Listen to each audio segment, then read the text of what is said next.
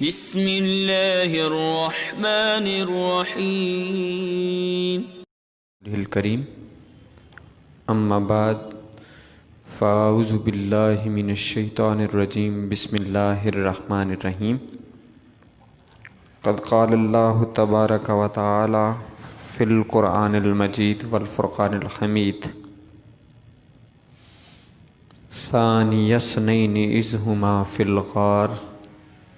اذ یقول لصاحبہ لا تحزن ان اللہ معنا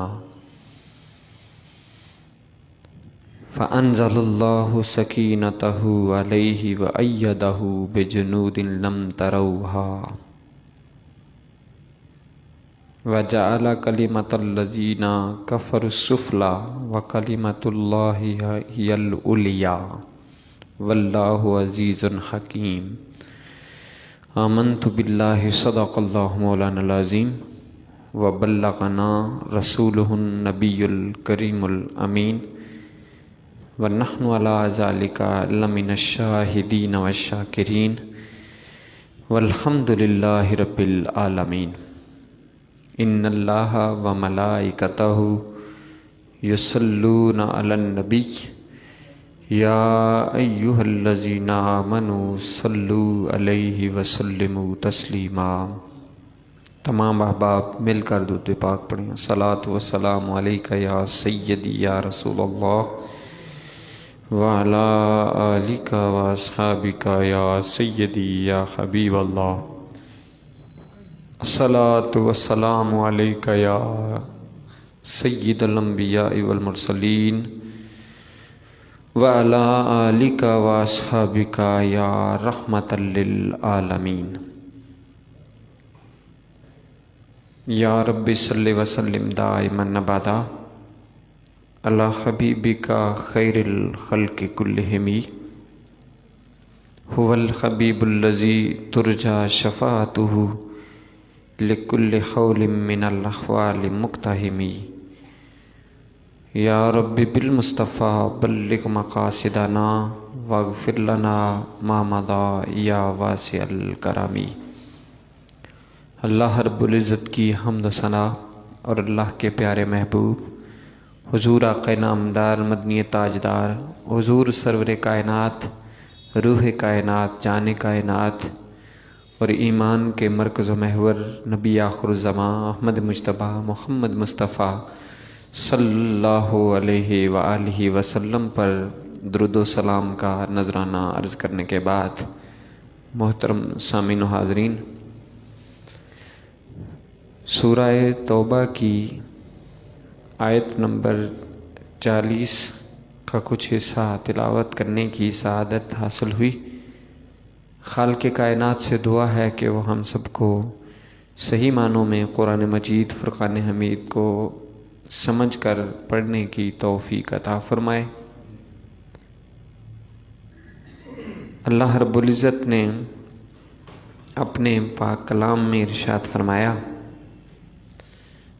کہ ثانی اثنین اذ ہما فی الغار،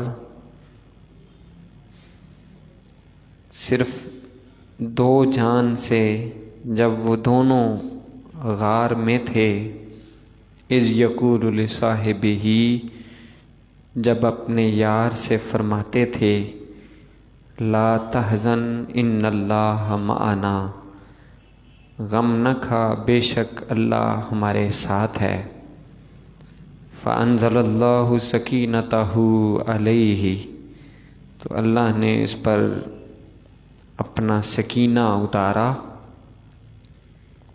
وَأَيَّدَهُ بِجُنُودٍ لَمْ تَرَوْهَا، اور ان فوجوں سے اس کی مدد کی جو تم نے نہ دیکھیں، وَجَعَلَ كَلِمَةَ الَّذِينَ كَفَرُوا السُّفْلَىٰ، اور کافروں کی بات نیچے ڈالی، وَكَلِمَةُ اللَّهِ هِيَ الْعُلْيَا، اور اللہ ہی کا بول بالا ہے، واللہ عزیز حکیم، اللہ رب العزت غالب حکمت والا ہے۔ یہ اشارہ ہے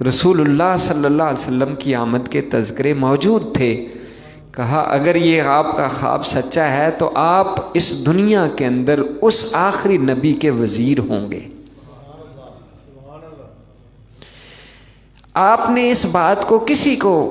نہیں بتایا، خاموش رہے، یہاں تک کہ جب رسول اللہ صلی اللہ علیہ وآلہ وسلم نے اعلان نبوت فرمایا تو حضور نبی پاک صلی اللہ علیہ وسلم نے اپنی نبوت کی دلیل کے طور پر سیدنا صدیق اکبر رضی اللہ تعالیٰ عنہ کا یہ واقعہ ان کو بیان کیا کہ آپ نے اس طرح سے سفر شام کیا تھا اور آپ کو راہب نے یہ بات بتائی تھی. چنانچہ سیدنا صدیق اکبر رضی اللہ تعالیٰ عنہ وہ ہستی ہیں کہ جنہوں نے بلا تردد، بغیر کسی شک کے، بغیر کسی پسو پیش کے، فوراً جو ہی آپ صلی اللہ علیہ وسلم نے اعلان نبوت فرمایا، سیدنا صدیق اکبر رضی اللہ تعالیٰ عنہ نے فوری طور پر ایمان قبول کر لیا، اسلام قبول کر لیا، اور رسول اللہ صلی اللہ علیہ وسلم کے ہم نوا ہو گئے. ان حالات میں کہ جب مسلمان چھپ چھپ کر عبادت کرتے تھے، کفار اور مشرکین کا بڑا خوف اور دہشت تھی، اور رسول اللہ صلی اللہ علیہ وسلم سے اصرار کرتے ہیں کہ یا رسول اللہ آپ اجازت دیں ہم حرم میں جا کر نماز ادا کریں اور لوگوں کو اس کی دعوت دیں. لیکن رسول اللہ صلی اللہ علیہ وسلم فرماتے کہ مناسب وقت آئے گا تو سب کچھ ہو جائے گا، لیکن جب اصرار حد سے بڑھا تو رسول اللہ صلی اللہ علیہ وسلم نے اجازت دے دی. جب حرم میں آئے اور بآواز بلند اسلام کی تبلیغ کرنے لگے تو ہر طرف سے کفار مشرکین امڑ آئے اور آپ کے اوپر حملہ آور ہو گئے. سیدنا صدیق اکبر رضی اللہ تعالیٰ عنہ کو بہت مارا پیٹا، یہاں تک کہ آپ بے ہوش ہو گئے. آپ کے بنی تمیم کے لوگ آئے اور انہوں نے بچانے کی کوشش کی، آپ کو لے کر ان سے محفوظ کر کے گھر پہنچایا. کافی دیر تک آپ مدہوش رہے، ہوش میں نہ آئے، لیکن جب ہوش میں آئے تو سب سے پہلا جو جملہ نکلا وہ یہ تھا کہ میرے محبوب حضور کا کیا حال ہے. یعنی رسول اللہ صلی اللہ علیہ وآلہ وسلم کے بارے میں اتنے فکر مند ہیں، اس قدر والہانہ محبت رکھتے ہیں کہ اپنی جان لبوں پر ہو، ہوش میں، بے ہوشی سے ہوش میں آنا یہ کوئی آسان نہیں ہوتا، کہ بے ہوش ہیں اور چوٹوں سے، زخموں سے چور ہیں، خود چل بھی نہیں سکتے ہیں، لیکن ہوش میں آتے ہی رسول اللہ صلی اللہ علیہ وسلم کے بارے میں پوچھتے ہیں کہ میرے محبوب کا کیا حال ہے. پھر جب بنو تمیم کے لوگ پھر پریشان ہو جاتے ہیں کہ جن کی وجہ سے اس حالت میں پہنچے ہیں، پھر انہی کا نام لے رہے ہیں، وہ ناراض ہو کر چلے جاتے ہیں. لیکن آپ جب تک رسول اللہ صلی اللہ علیہ وآلہ وسلم کو اپنی آنکھوں سے دیکھ نہیں لیتے، آپ کو اس وقت تک سکون اور چین نہیں آتا. الغرض آپ صلی اللہ علیہ وسلم پر سب سے پہلے ایمان لانے والے، اور پھر یہی نہیں، جب آپ صلی اللہ علیہ وآلہ وسلم نے شب معراج اس سفر کا ذکر کیا کہ جو معجزہ تھا، کفار و مشرکین نے اس کے اوپر بڑا واویلا کیا، پروپیگنڈا کیا کہ دیکھو محمد صلی اللہ علیہ وسلم کیسی باتیں کرتے ہیں، کہ کیا یہ ممکن ہے کہ ایک شخص رات ہی کے رات بیت المقدس بھی گیا ہو اور آسمانوں کے اوپر بھی گیا ہو اور پھر اسی رات واپس بھی آ گیا ہو، یہ کیسے ممکن ہے؟ دوڑے دوڑے صدیق اکبر رضی اللہ تعالیٰ عنہ کے پاس آئے، کہا کہ آپ کو معلوم ہے اگر کوئی یہ شخص کہے کہ میں راتوں رات بیت المقدس گیا ہوں اور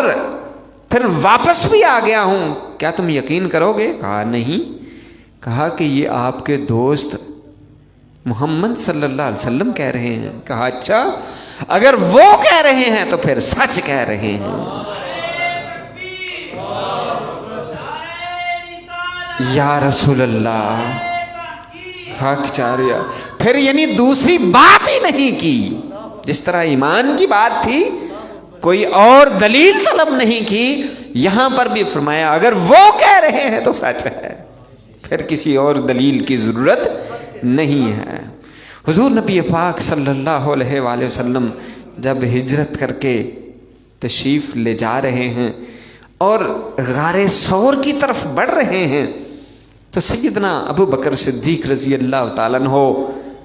آپ صلی اللہ علیہ وسلم کے بارے میں اتنے فکر مند ہیں کہ روایات میں ہے کبھی آپ کے پیچھے پیچھے چلتے ہیں، کبھی اگلی جانب ہو جاتے ہیں، کبھی دائیں جانب، کہیں بائیں جانب. رسول اللہ صلی اللہ علیہ وسلم پوچھتے ہیں اے ابو بکر کیا بات ہے؟ تو عرض کرتے ہیں کہ یا رسول اللہ صلی اللہ علیہ وسلم، جب مجھے یہ خیال آتا ہے کہ کوئی آپ صلی اللہ علیہ وسلم پر پیچھے سے حملہ آور نہ ہو جائے تو میں آپ کے پیچھے چلنا شروع کر دیتا ہوں. جب مجھے یہ وہم آتا ہے، خیال پیدا ہوتا ہے کہ کوئی سامنے سے دشمن آپ صلی اللہ علیہ وآلہ وسلم پر حملہ نہ کر دے تو میں آپ کے اگلی جانب ہو جاتا ہوں. جب کبھی دائیں طرف سے خدشہ ہوتا ہے، ذہن میں وہم آتا ہے، خیال آتا ہے، تو میں آپ کے دائیں جانب ہو جاتا ہوں. چونکہ اکیلے تھے تو کبھی آگے ہو جاتے، کبھی پیچھے ہو جاتے، کبھی دائیں کبھی بائیں. اور فکر کیا تھا، غم کیا تھا، حزن کیا تھا، ملال کیا تھا کہ کہیں محبوب خدا کو کوئی تکلیف نہ ہو جائے. چنانچہ آپ صلی اللہ علیہ وسلم جب اس غار کے قریب پہنچ آتے ہیں، آپ نے سنا ہوا ہے کہ پہلے خود سیدنا صدیق اکبر رضی اللہ تعالیٰ عنہ اندر داخل ہوتے ہیں. کیوں؟ کہ اسے میں صاف کر لوں، کوئی موذی جانور نہ ہو کہ جو رسول اللہ صلی اللہ علیہ وسلم کو تکلیف پہنچانے والا ہو. چنانچہ جاتے ہیں، دیکھتے ہیں کہ اس کے اندر مختلف سوراخ ہیں، سوراخ بند کرتے ہیں اپنے کپڑے سے. اس سوراخوں کو بند کرنے کے باوجود ایک سوراخ باقی بچ جاتا ہے، وہاں پر آپ اپنی ایڑی رکھ لیتے ہیں اور پھر حضور صلی اللہ علیہ وسلم کو بلاتے ہیں کہ حضور آپ تشریف لے آئیں، اب سارے خطرات میں نے بند کر دیے ہیں، سارے سوراخ بند کر دیے ہیں. یعنی اپنے آپ کو خطرے میں ڈال کر حضور نبی پاک صلی اللہ علیہ وسلم کے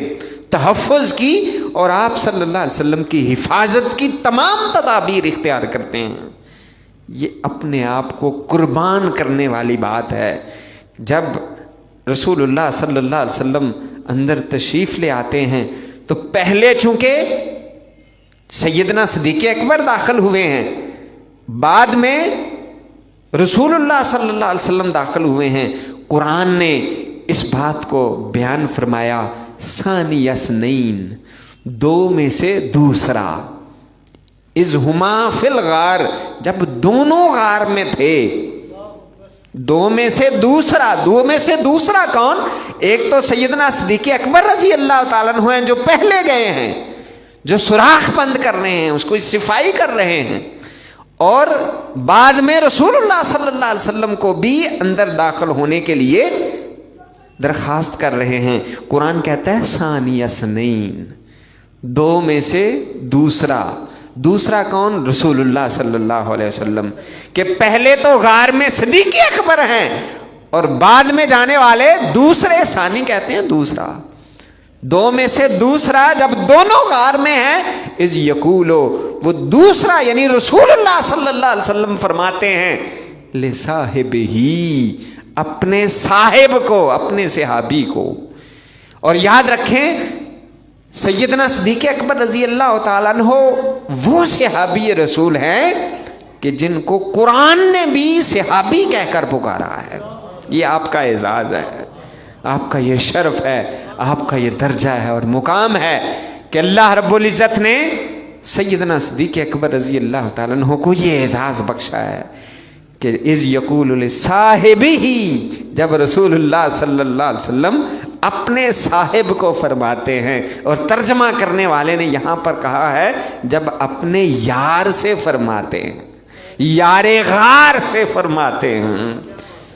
لا تحزن، اے پیارے تو غمگین نہ ہو، تو حزن نہ کر۔ اور یہ کہا گیا ہے کہ حزن اور غم اور خوف، اس کے اندر فرق ہوتا ہے۔ خوف ہوتا ہے کہ جب آدمی کو اپنی جان کا خطرہ ہو، خوف اپنی جان کا کوئی نقصان کا خطرہ ہو، اسے خوف کہتے ہیں۔ اور حزن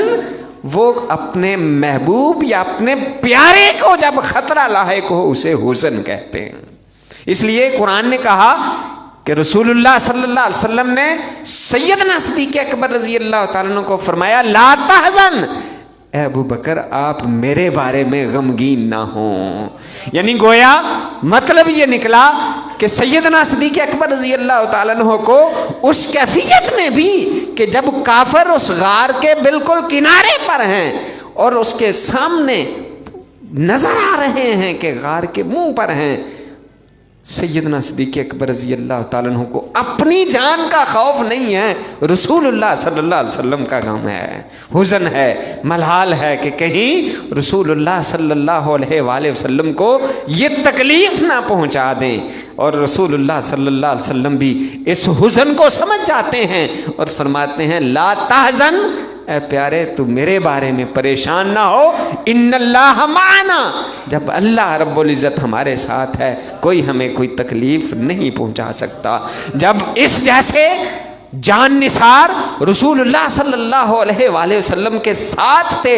اللہ کی مدد اور نصرت بھی ساتھ تھی، تو اللہ رب العزت نے آپ صلی اللہ علیہ وسلم پر اور آپ کے صحابی پر اللہ تعالیٰ نے فرمایا انزل اللہ سکینتہ علیہ، تو اللہ رب العزت نے نازل فرمایا سکینہ علیہ آپ رضی اللہ تعالی عنہ پر۔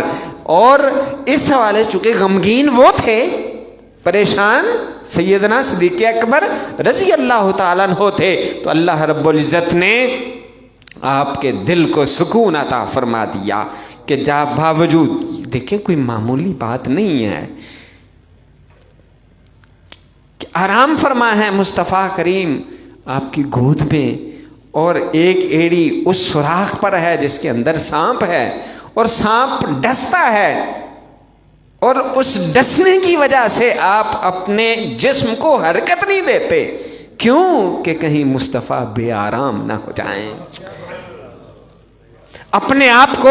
تکلیف میں محسوس کرتے ہیں، اس تکلیف کو برداشت کر لیتے ہیں، لیکن مصطفیٰ کی ادنا تکلیف جو ہے وہ برداشت نہیں ہوتی۔ یہی وجہ ہے کہ جب ختم نبوت کے حوالے سے بھی